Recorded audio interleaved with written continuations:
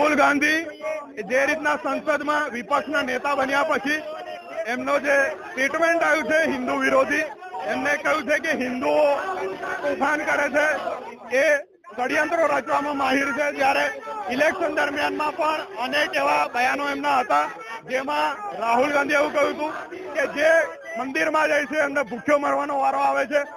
સાથે એના પહેલા એમનું એક સ્ટેટમેન્ટ એવું હતું કે મંદિરમાં જાય છે એ લોકો મહિલાઓની છેડતી કરે છે. તો સતત આવા હિન્દુ વિરોધી એમના જે સ્ટેટમેન્ટ છે, ત્યારે હું એમને પૂછવા માંગુ છું કે એ કઈ નાતના છે ને એ કઈ જાતના છે? કારણ કે એમના માતાજી પોતે ઇટલીના છે, એ ફિરોઝ ગાંધી એમના પરદાદા છે, તો એ પોતાને શું માને છે? જ્યારે પોતે સાચા હિન્દુ નથી ત્યારે એમને હિન્દુની પરિભાષા કરવી ના જોઈએ.